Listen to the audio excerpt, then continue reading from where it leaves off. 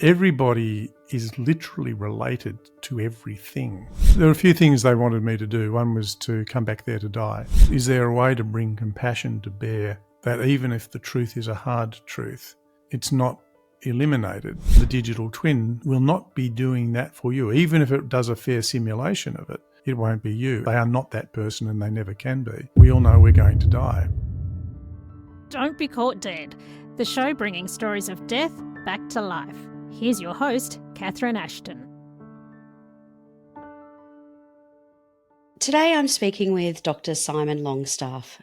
Simon began his working life on Groot Island in Northern Territory, Australia. Simon is proud of his kinship ties with the Anindilyakwa people. After a period of studying law in Sydney and teaching in Tasmania, he pursued postgraduate studies as a member of the Magdalen College, Cambridge. In 1991, Simon commenced his work as the first executive director of the Ethics Centre. In 2013, he was made an Officer of the Order of Australia for distinguished service to the community through the promotion of ethical standards in governance and business, to improving corporate responsibility and to philosophy. Simon is an adjunct professor at the Australian Graduate School of Management at UNSW, a fellow of CPA Australia, the Royal Society of New South Wales, and the Australian Risk Policy Institute. Thank you so much for actually sparing the time to be with us today, Simon. Well, it's lovely to be with you. Now, I've been a member of the Ethics Centre for over a year or so now, and I had the opportunity to meet you in person at one of the Melbourne gatherings. I am fascinated to hear about your ties with the Anindilyakwa people of Groot Island. How did that start? Well, when I went to boarding school, because my mother had died when I was very young, and I finished school very early. I finished when I was 16. And as you know, going to a private boarding school is a very expensive cost for a family. And so I was told at the end of my schooling, when 16, that that was it, in a sense. My family had given me all that they were going to give me in terms of an investment in my future. And anything I was to do from that point onwards, I had to fund myself. Now, I'd kicked around in outback Queensland in places like Surat and Tambo and Jondarrian, so I knew how to fence and plough and muster sheep and sweep the board and things like that, but I didn't have any really useful skills that were making me employable. So the job I got was as a service attendant, which is just a big title for a cleaner, up on Groot Island, which is a manganese mine, which at that time was in a company called Gemco, owned by BHP. And that's where I started. Actually, by the time I got on the island, I think I'd been 17 for 3 days. And that's a very remote part of Australia, and particularly in the mid-1970s.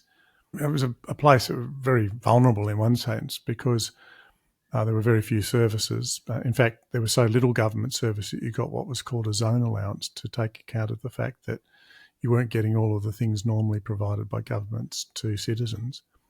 But it was also a bit of a rough place too, because back then the mine itself was pretty much, I think it was exclusively men working at least in wages roles. There was a prawning operation at a place called Bartalumba Bay, which was wild as anything you could find. And anyway, here I am, a 17-year-old in that very grown-up world with some skills that one learns in boarding school, because that's where you learn to survive, particularly if you're a little squeaky person like I was, because everybody else was 18 and had beards and things like that when school was finishing, and I was a squeaky little short person. Anyway, in that sense of vulnerability, the Aboriginal people there, the Anindilyakwa people, a number of them got to know me and they adopted me, and adopted me specifically into the Lalara clan. And I was given an Indigenous name and totem and all the other things that come with that. And then the relationship just blossomed. And there were a few things they wanted me to do. One was to come back there to die. They felt that there's something they saw in me, or what I could be, or something of that kind. And they took a lot of time to teach me how to see properly, for example, in the way they see the world, rather than through my conditioned Bullender eyes, the kind of the white people. And it's a relationship which has endured for many decades. In fact, I'll be back up there in a few weeks' time, and there's still a very important piece of business that has to be done. Because of my totem, it extends from the island and the archipelago across to the mainland. It's one of the stories from the dreaming that join up, and I'm supposed to have two names, one for my island name and one for my mainland name. And I haven't got my mainland name yet, which means going across to a place called Numbulwar. And there's a bit of ceremony and things like that. And there's also a particular gift that was left to me by one of the most influential of those Indigenous men in my life. When he died, he said that there had to be 3 bark paintings produced using traditional methods of bark and ochre, which are my totem, telling that story for me to have. And that's yet to happen. And that's because there's a lot of complication about who can tell that story, how it gets produced, and the ceremony around me being able to receive it.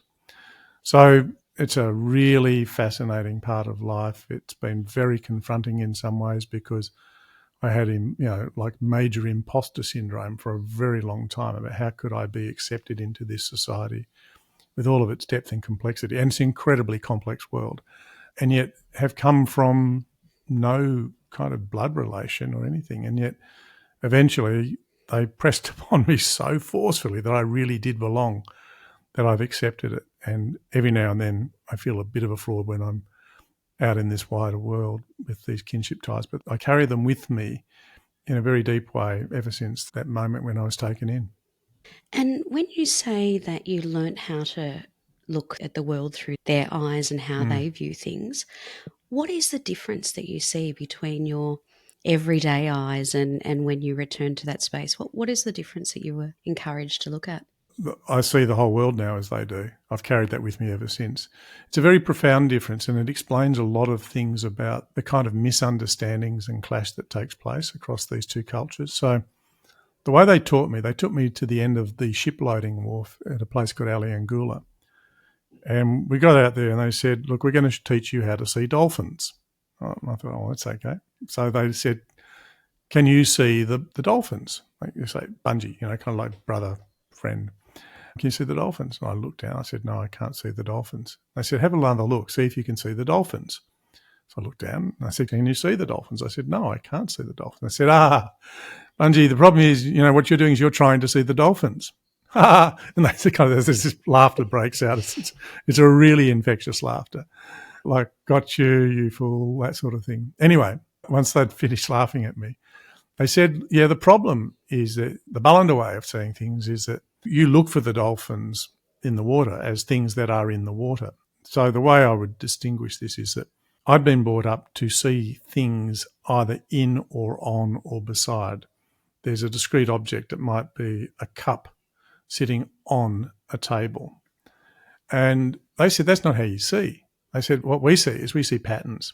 Everything's all one thing. And there's a pattern that's made by the water without a dolphin, and there's another pattern which is with the dolphins in it. And what you've got to do is see the whole thing. And I've talked to other Indigenous people around Australia. I'm not sure if I had many conversations about this with Indigenous people I know overseas, but certainly in Australia. And this is something which seems to be common, that like you spot a kangaroo not by looking for the kangaroo, but by the pattern that such a thing makes in the world. And so it is a really holistic way of seeing. And I didn't realise how much this had affected me until I was doing an interview with Richard Feidler one day for the Conversation Hour on ABC Radio National. And I was talking about how so much of what I bring to bear in the work that I do as a philosopher is about spotting patterns. And suddenly I thought, oh my God, where did that come from? That came from the lesson I was taught and which then had to master at the end of the wharf at Anindilyakwa. And so much of my capacity to be effective had been on the back of that way to see. And so I've brought this much stronger sense of holistic nature of the world, the patterns that it makes.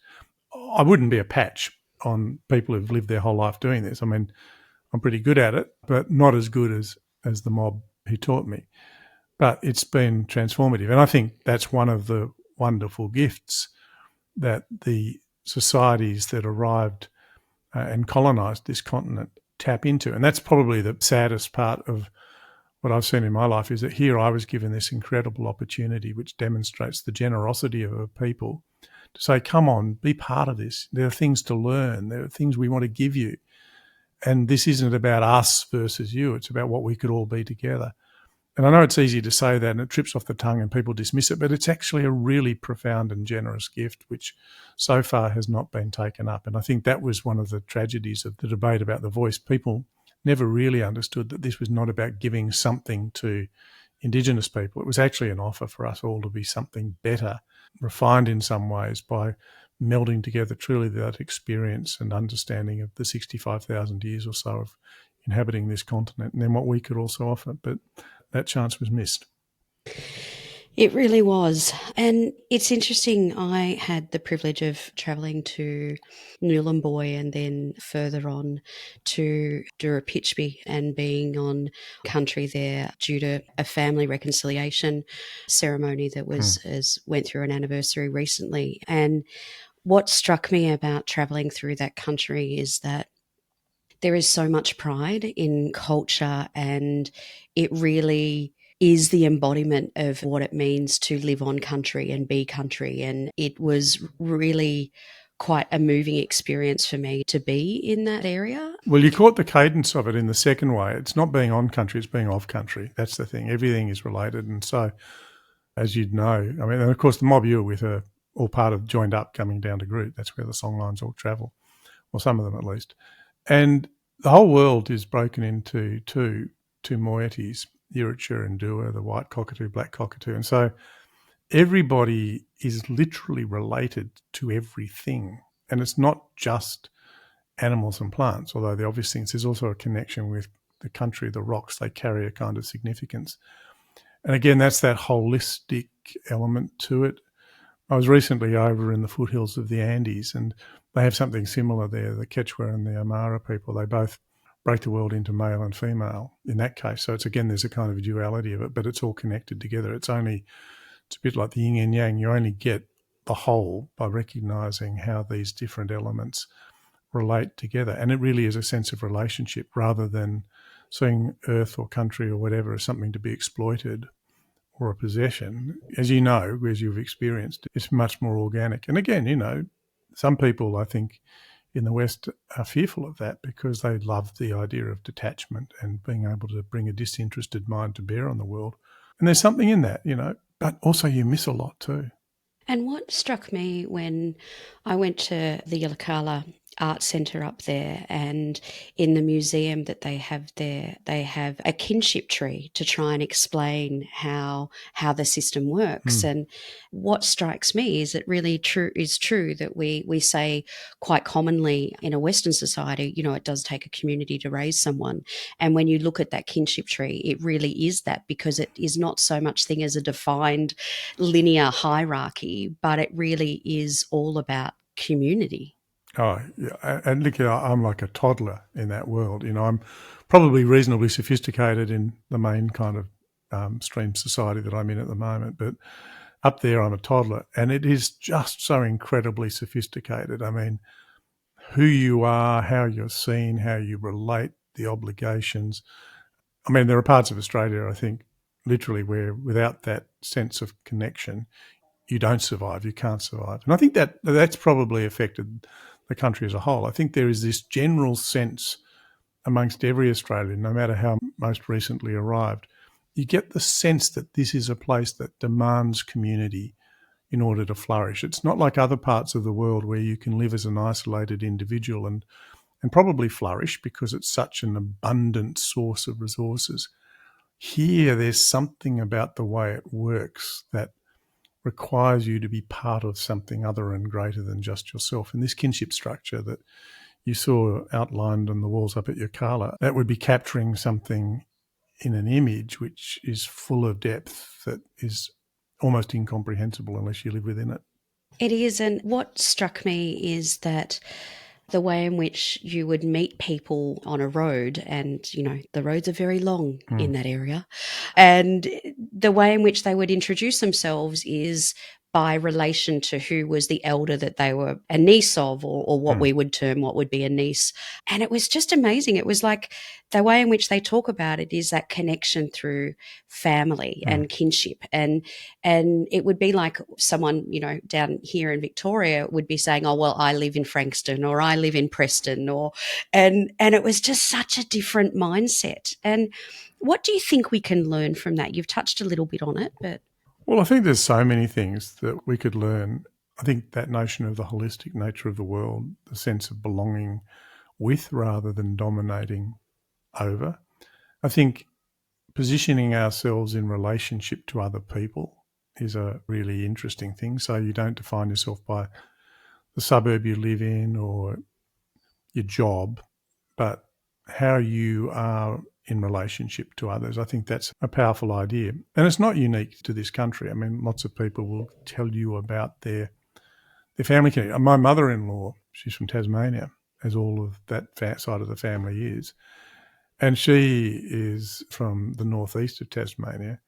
And she has the same kind of genealogical brain, which you mention a person's name and she will tell you, and she's 92 at the moment and sharp as a tack, exactly how they're all connected, what the relationships are and things of that kind. So it's a really similar approach where the families there, at least as she was growing up and has continued to live, see all of these connections that exist. And I think it's just that on steroids, as they say, for at least the mob I know about. So I wouldn't be wanting to generalise for everybody, but that's how they go. And the other thing about it too is a very interesting structure in politics about who gets to speak with authority. So in that part of the world, and I think it is fairly commonly the case, the only people who can speak for country are those who've got that connection. And it's typically divided into two ways. There's a group whose country it is, and then there are within that country various sacred sites who are overlooked, supervised, cared for by another group. So there's this balancing that's always going on. But there isn't any higher authority. It's not as if you go up in the local council or the state government or the territory government or the federal government has authority. It's always intensely local because of these connections. And that's a way we don't typically think about. There is a parallel in Europe. So there's a principle called subsidiarity, which actually grew out of the social teachings of an earlier pope in the Catholic Church and was taken up by the European Union. And basically the idea of that is you have authority at the lowest possible level and you only escalate things when that level cannot cope with the issues that are presenting to them. And then it goes up a notch and then up a notch so that you force things down, so local community. And that's really a much later innovation coming out of the Catholic Church in Europe that had been in place for millennia, I mean, tens of thousands of years here in this continent. Wow, that's fascinating. And you mentioned that you've been invited to die back there on country. What does that look like? And is that something that you have talked about with your family? Yep. So what we've worked out is if I don't happen to be there to die, then at least a fair chunk of my ashes or my remains in that sense, which is practically going to have to be ashes, are sent up there. And the ideal, of course, from their point of view is that I be there. And that's because there's a process, which I'm not sure of, I don't think I can talk about it, which I know about, which is a process of transformation that takes place to you. And it's very specific and it's very much associated with places and journeys and transformation. And for whatever reason, and it's one of the great honours of my life, even when I was a kid, that group of older men saw something in me that they thought ought to be part of the continuing life of that world. Sort of hope I haven't disappointed as to that, but I still go up and still get welcome, so I think it's okay. But it's a complete worldview that is very spiritual and very deep, and that's what I know I need to be part of when I die. And tell me, given that, you know, that is the way in which you've been raised in this community, you were saying that you only recently realised just how much that that background has influenced your life now. What are some of the other things that you carry with you today that in the work that you do? From them, from the mob. Yeah. Oh, I think it's probably all summed up. And when I say recently, it's about a decade since I've tweaked to this. I was a bit slow. But I think it's probably all summed up in that sense of wholeness and pattern and relationship. I mean, I carry things that take place in my dream world. Like I dream still being up there, and occasionally I have these really inexplicable moments when I've dreamt something and I'll phone someone there and they've had the same dream. That's amazing. They tell me what it means, what was going on and what I was seeing. And that's someone from community that Yeah, you're in? absolutely. Yeah. I mean, the last time it happened, I found myself wandering along in a grassy country as part of a group, and there were the men they were carrying torches that were on fire, like a fire stick. And there was some water. Anyway, I phoned this fellow from the Jarugba clan, and I said, because whenever I have these sort of dreams, I think, well, I better, it's like a signal, get in touch, something's happening. And so I phoned, he said, I had the same dream, I'll tell you who those men were, and he named them. And he told me what it was all about. So, I mean, that's the kind of thing where your rational mind about, well, everything can be explained by breaking it down into its parts, it's defeated by that experience. It just makes you wonder more about the nature of reality and different dimensions of what you experience in the course of a life. And of course, people who are very religious have probably had similar experiences which they find hard to explain in rational terms. For me, it pops up in those ways, and I have to take, no matter how skeptical I am, I have to take the evidence before me of this happening and say, okay, well, what do I make of that, along with the other stories I hear about quite extraordinary things that are part of that world. There is, we know that there's only a certain percentage of the brain in which we have been able to map and have been able to understand. And I've only recently had an interview with a neuroscientist about, where do we actually define the area for where we could, become conscious and our consciousness and who we are as a person. And we know that people, when they're nearing death, have visions and experience those sorts of experiences. And then also we know that people have, when they've had a near-death experience and they've come back, there is very similar stories in which they say about being on a precipice and making a decision about whether they stay or go. So there is so much, I think, that we don't know. But with the work that you do now, has your strong sense of ethics and what's morally right, do you think that that's been formed from that background and that? That's not the dominant formation. I think that probably that curiosity about things really and a sense of justice and why do things happen, that was probably already in me. And it may even be what it was that they spotted, because they've got X-ray vision. They can sort of see inside you in a way that you can't yourself, which is quite challenging sometimes. But again, I shouldn't generalise. But anyway, that's been my experience of some remarkable insights. But I don't think it's that what I do is the sum total of that. I think it's an important part of an amalgam of different things which range from those experiences through to implications of what it means when, as a child, your mother dies when you're 7 and how that came about, and then philosophical training in places like Cambridge, and then like lots of other stuff. I mean, I just think that whoever you are at any point in time is the sum total of all of those experiences. Some you might have preferred not to have had, but you can't sort of cherry pick from your life. You can't say, oh, well, I only want all the fun bits and none of the tough bits, because you wouldn't be you without that total amalgam bringing about the unique perspective that you hold at any point in time as a person. So I think it's lots of things, but that's one of them. But, it was working with, people in the mining sector and becoming a paramedic and having someone die under my own hands when I was still 17 because there wasn't a doctor and we couldn't save them, and putting somebody's body in a body bag and putting it over your shoulder and putting it in a cool room so that it can be there to be taken out on the air ambulance the next day. There's these things that happen, becoming a parent, so many things make me up now as to how I do my work and what influences it. And when when we talk about your work, there is a lot of ethics around death and choice, and let's have a little bit of a chat about that. So we hear a lot about the good death, and what people see as a good death. But does a good death necessarily mean an ethical death? Well, the first thing is I think of a good death as being part of a good life. I don't think it's a separate thing. I think the good life well lived leads to and includes a good death. And I think a good death would include being able to die without terrible regrets or guilt. So in that sense, if you can look back on your life, presented to you in its entirety, and die without regret or guilt, then I think that is a better death, if you like, than the alternative, which is a person looking back and says, oh my God, how did I become the person who did that?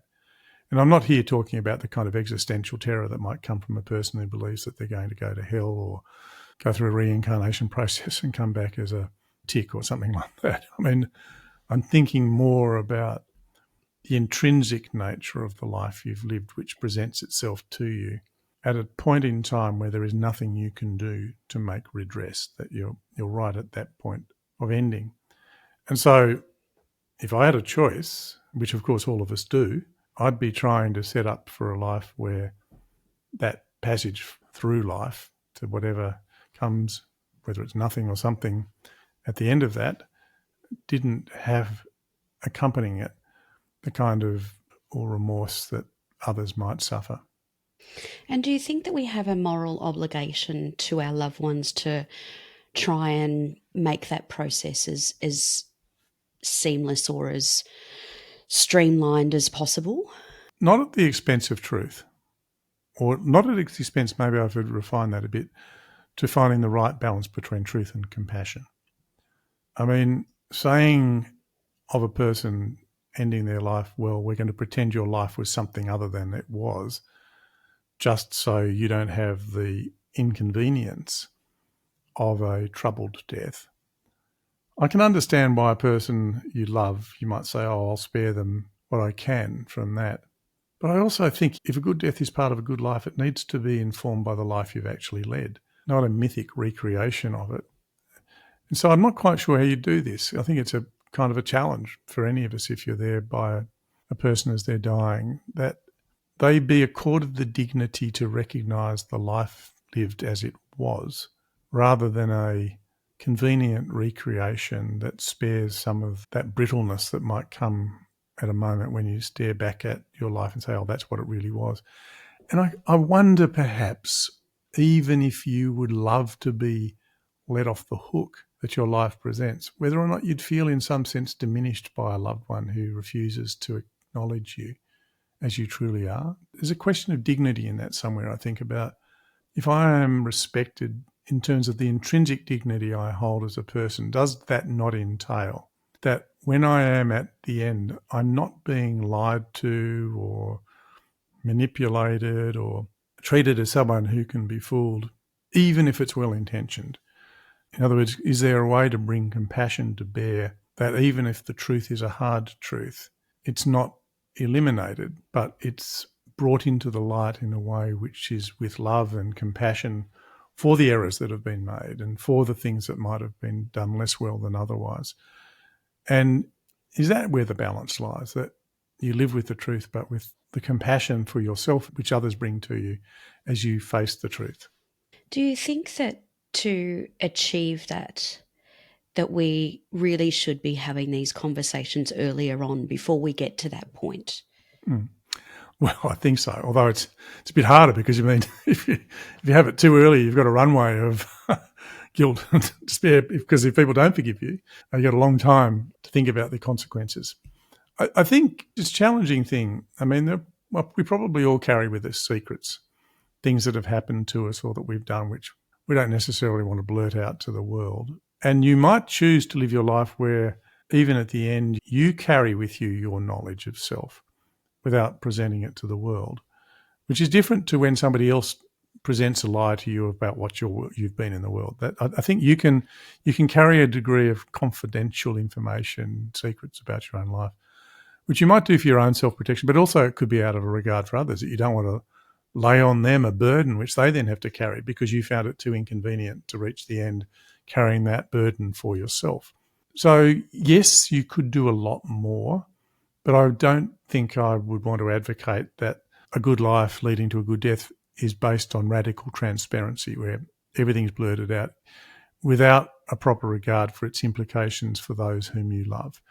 I think if you love someone, you should be able to curb what you need to do, even sometimes if you think it would make you feel better just to get it all off your chest, if to do so would be destructive for others. And again, that's where this balance between truth and compassion has to be taken into account. Yeah, that's lovely. And it is compassion, isn't it? Well, if you love someone, or even if you don't know them well enough to love, but you respect their intrinsic dignity, whichever side of the equation you're on, you shouldn't be recklessly indifferent about how you engage with the world. Even when you've got a great good like truth at hand, it rarely stands in stark contrast to everything else as if nothing else matters. There are lots of ways by which the truth can be delivered which are more compassionate than others. And it's about asking yourself in conditions where you love or respect people, do I take the extra effort to do that in the most compassionate way, knowing that the effect of this truth will be to change the world and for some people to make it harder. That's a really interesting way of looking at it. And moving on to an issue that is quite challenging, and I think that with voluntary assisted dying, we've seen that legalised in most states of Australia, with it coming into Canberra in November of this year, but still Northern Territory is yet to actually go through that process. There's a lot of, misconception, myth. There's also been gag orders around what medical professionals can and can't say in relation to the issue. What do you see as the ethical complexities about, voluntary assisted dying and the people that go through it, and also for those that are surrounding their loved one that make that choice? Well, it is a genuinely complex matter, and it touches very deeply to some people, and it's often plagued by confusion, some of which is deliberately sowed. So you'll hear some people, even occasionally advocates for voluntary assisted dying, use that term interchangeably with euthanasia, although they are radically different things. I mean, euthanasia is about you choosing to end another person's life with a merciful intent to relieve something of their condition. Whereas voluntary assisted dying is completely different because it's the individual themselves choosing to end their life under conditions where they prevent or alleviate otherwise unrelievable suffering. And the core ethical issue here is to do with the nature of suffering. Now, I have not yet come across any culture nor religion that celebrates suffering as something which is intrinsically good in itself. I just don't know of it. I do know of some religions in which unavoidable suffering may be a source for strength or personal growth or whatever.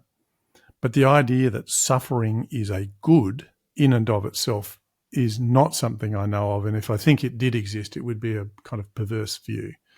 Instead, there are people who might see that suffering becomes necessary in some circumstances because you have an unavoidable obligation or whatever, but not that it's good, that it is by itself an evil which might be endured.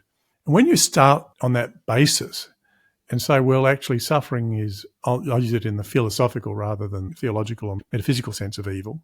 So evil and good and bad, or evil as it used to be called, like if a tree falls over in a storm and breaks your car or something, that would be considered an evil, you don't have to have demonic forces and things like that, but some people important to that idea.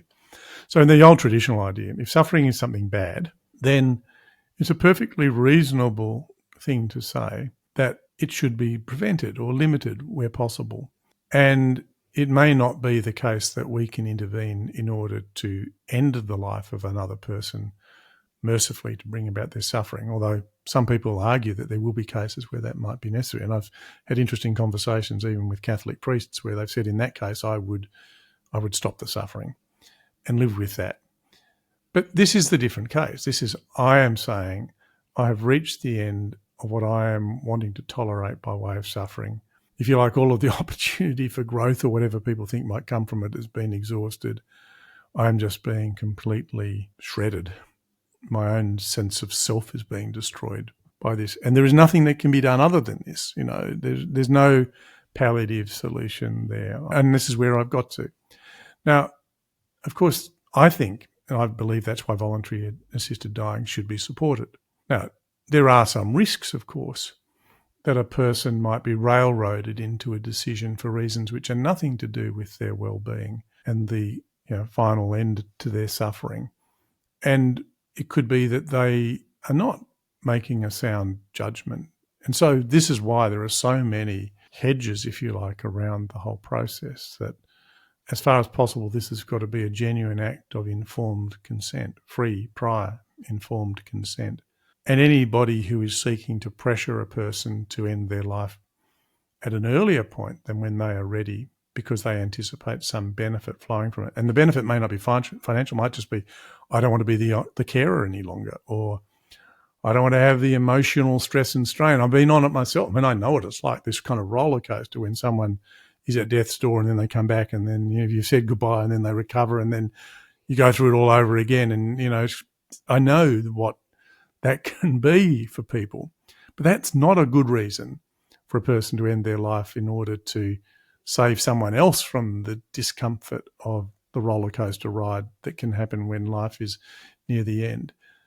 Instead, it's got to be a provision that society allows for free, prior and informed consent for the alleviation of suffering that cannot be prevented by any other means. And I think at that point, so that your death is part of the good life that you've lived, rather than this descent from good life into a nightmare, that's where we should be saying, yes, it should be allowed. And when we think of the rise in relation to green burials, natural burials, alternatives to cremation and conventional burial or traditional burial, do we have an ethical responsibility to choose more environmentally conscious decisions or around this and reduce our impact socially when it comes to our end-of-life choices?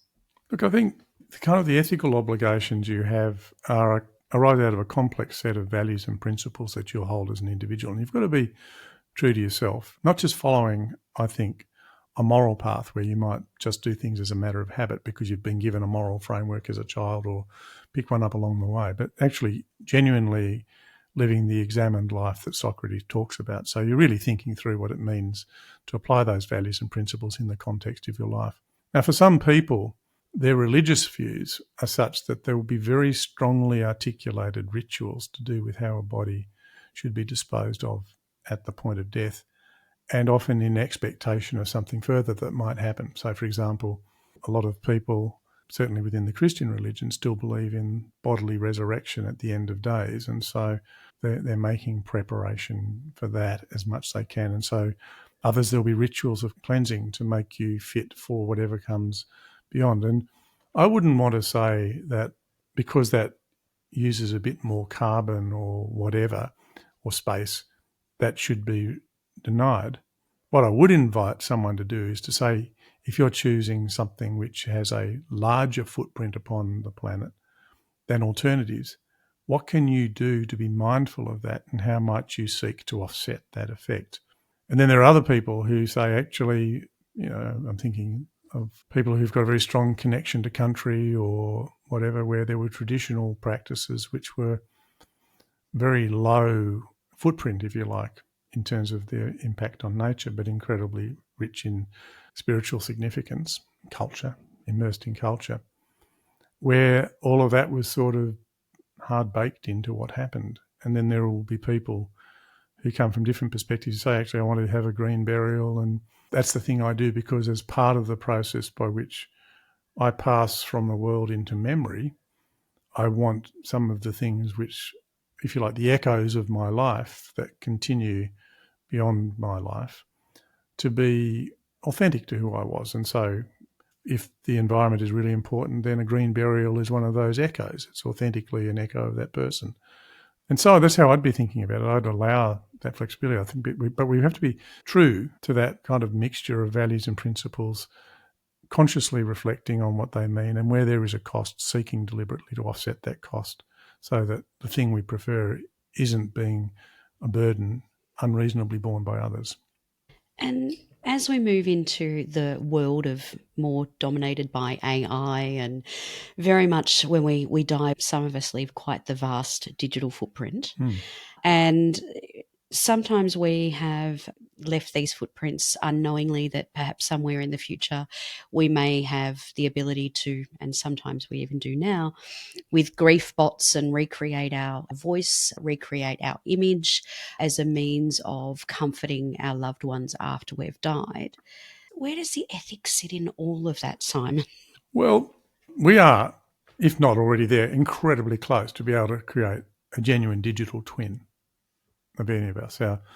With 30 seconds of voice, we can replicate my voice, your voice. We can produce stunningly realistic images that look like us, sound like us. We're all the voice and all the words, and even ingest everything so that I've written, so that the figure on the screen would speak as I would speak. And so that is not actually unlike what has been done throughout funerary practices throughout history. Death masks in Roman houses of ancestors, statues, effigies on tombs, pictures of the dead, photographs sometimes, portraits of other times that grace homes and mantelpieces. We've had a tendency to try and carry the memory of loved ones who've died with us in many cultures and in many places over many periods of history. And so this is, in a sense, a part of that. The difficulty is that it's animated and it behaves as if it is the person. And that's the thing which I think is the risk. It's a little bit like actually cloning, and the idea that you could take cells from a person and then implant them and produce a biological exact copy. Now, that biological exact copy will be a physical replica of the person who died, and you can touch them and feel them and all the rest, but they are not that person, and they never can be, for reasons which we touched on before. And I was saying how we are the sum total of all of our experience. That makes us uniquely who we are at any point in time. And equally, the digital twin is never me and never can be, because it's frozen in time, and it lacks and will lack all of the weird nuances that occur within the human mind, where completely unrelated things suddenly come together in an aha moment, and you change, not because of any external imprint, but because of something that's taken place within you, within your consciousness. And again, the digital twin will not be doing that for you. Even if it does a fair simulation of it, it won't be you. And it won't know one of the most important things that we all know, which it is what it means to be mortal. You see, when we have our conversations with each other, lurking in the background, although we don't really reflect much on it consciously, is that we all know we're going to die. And so the touch that we put on someone's shoulder when bad news comes, which is the consoling touch, is from one being knowing what it means to be mortal to another, and you share that. Even the most convincing replica cannot offer that, because it does not know and cannot know what it means to be mortal in the way that we do, because we grow out of this world. We're embodied, we're analog. And so I think they may be a source of remembrance, they may offer some measure of consolation, but we always need to be guarded, whether it's a digital twin or a clone, that this is in fact not the person we knew, and they are no more real than the effigy that lies atop a tomb. And I suppose you could say the same about, projects that involve cryopreservation and future reanimation of the body. Well, that could be a bit different, because if that is the analog version of the person in suspension, and they come back and they are all their quirky self, fully intact, and I find this difficult to think will happen, but let's suppose that could happen for the sake of argument, then they may very well go on to evolve as a person in relationship. But they're a little bit like the thylacine coming back to modern Tasmania. How will they fit within the world that is so radically different to that which they left behind the last time they were consciously aware as a person? But I wouldn't rule out that, let's suppose everybody had a bit of a cryo journey where they'd waited for 200 years and they all wake up and they sort of pick up where they left off, then yeah, that's possible. That's different to the digital twin or the clone because that person has that embodied experience within them and maybe an authentic self still living. And would that be the key, the authentic self and the ability to then draw on that experience, do you think? Well, if you're looking at it from the point of the view of the grieving relative, I suppose this fanciful account that is possible, then you would at least know that the individual you're encountering again isn't a simulation. It's actually the person in a new context. And if that's something which gives you immense comfort and the person was up for that particular journey, then that would be fine. But that would be very different to the illusion that you might get while seeking comfort from a digital twin or a clone. No, that's good to make that distinction.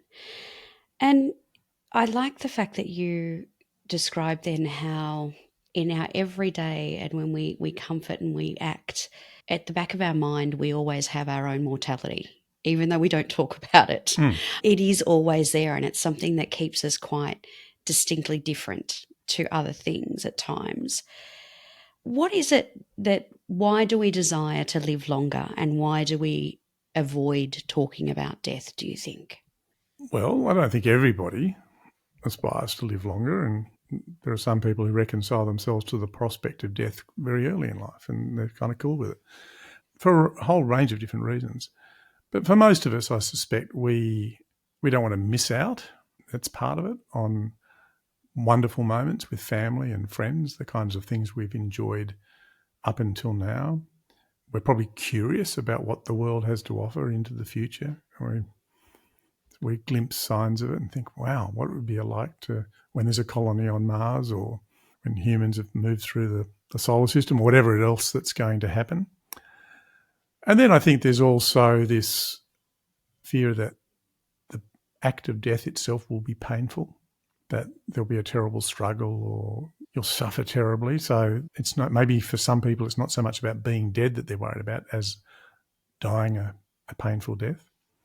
And then there is another group that is worried about the prospect of non-existence or the prospect of a new existence in which there's some kind of terrible penalty to be paid. So people who believe in things like hell or whatever would not be particularly looking forward to death if they haven't got a clean sheet. If they can get a clean sheet from a last moment expiation of sin or whatever, then maybe they'd be looking forward to a heavenly future. And so those people are probably pretty comfortable about what's to come, if not the transition process. But there are those people, I think, who have that kind of dread, oh, well, I'm going to stop existing. I'll either dissolve into a universal sea of being where my own ego will no longer exist. So it won't be me. It'll be just part of something huge, amorphous, other. And there are others who think there's nothing. And of course, it's a weird thing to be afraid of nothing because there won't be any you there to be afraid of it, just as there was no you there to be afraid of all the nothing that came before you were born. So it's really hard to unpack it because I think the concerns about death are probably all of those things and more things than I've named, and they don't just sit there in isolated units. There's a mixture of these things coursing through people from time to time, various misgivings, concerns, fears that probably play together to create the overall level of angst that often exists when people start to talk about it. And what role does religion, do you think, play in providing a solution or an afterlife or a comfort, I suppose, to those people that believe that there is an afterlife in that? Well, I suppose it does lots of things, some of them not particularly helpful. But first of all, it promises you there is something more than this life. And so there's a continuation of your existence, your being in another form, in another dimension. And so that makes death something less terrifying because it's not the end, it's just a period of transition. And nature is full of these things, you know, the grub that becomes a butterfly, that whole notion of chrysalis turning into something beautiful. And so if you're hanging on to existence in and of itself, of being as a good to which you wish to continue to participate, then an afterlife is a great idea. Then it comes the question, well, what do they do with that idea of an afterlife? And of course, some religions turn it into the most terrifying possibilities. They used to have a kind of lingering non-existence like limbo, which has now been dropped from the Catholic canon.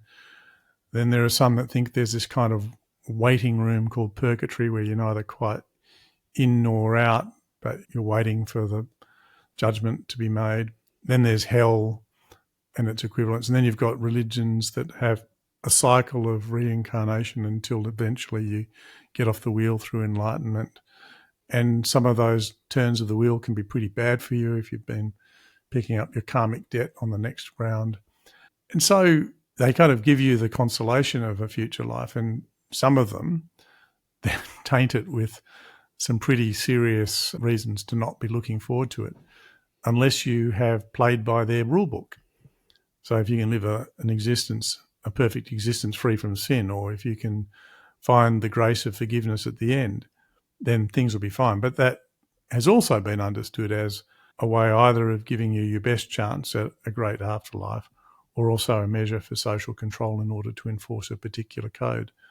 And depending on your religious beliefs, it might be one or the other, or sometimes both.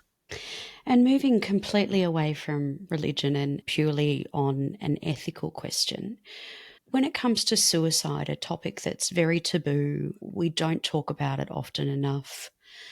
It is a sad thing that happens within society. Where does the ethics stand on that?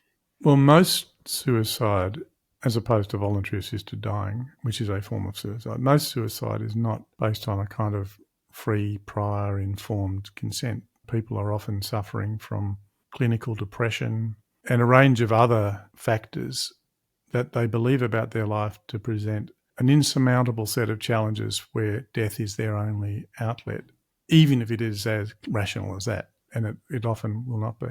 And so the ethical issues around suicide are not that it should be accepted as a right, because it's only a right in those circumstances where you're actually genuinely in control and making a fully rational choice in the way that you would in voluntary assisted dying. This instead is something that comes about because society has not adequately catered for the circumstances, including your mental health, that might lead you to this as a way to end it all when there were so many other things that might have been done.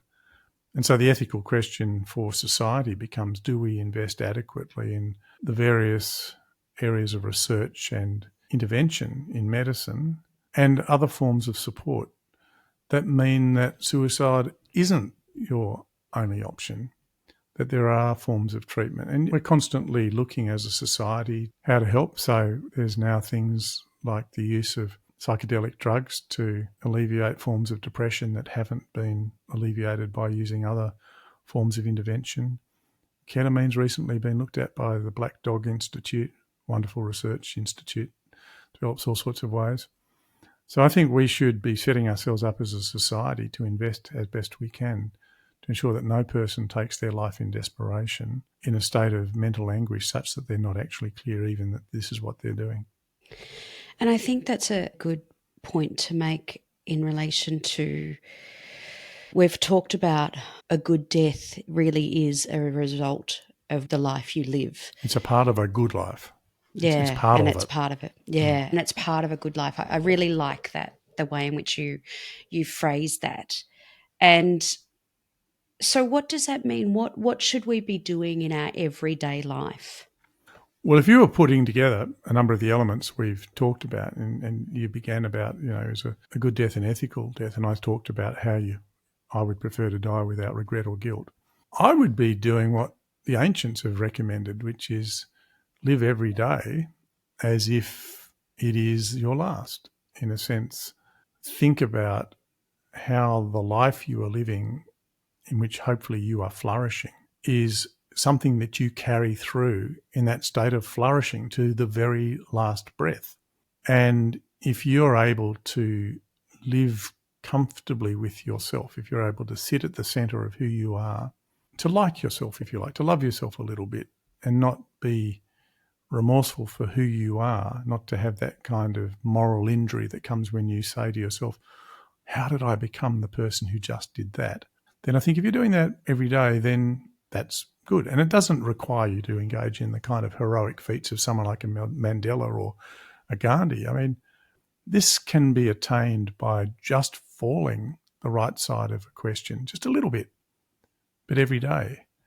And you might just decide, because you can afford to buy, I don't know, a free-range egg rather than a caged bird egg, and a little bit less suffering in the world is brought about by that. You might just say thank you to someone or smile at them, even though they're just a passing stranger or a person in a shop. You might decide not to do something which would immediately serve your interests, but would be something that might be a bit tacky and you'd prefer not to have done.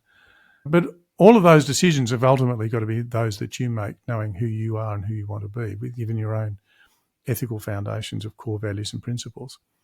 And I think if you can do that every day, then you're doing about as much as anyone can do to ensure that the death which is part of your life is as good as the rest of your life. Simon, I think that is such a beautiful way to end our conversation today. I can't thank you enough for taking the time to chat with us. Thank you so much. It's been my pleasure. Thank you. Don't be caught dead forgetting to subscribe. And here are some more videos we know you'll love.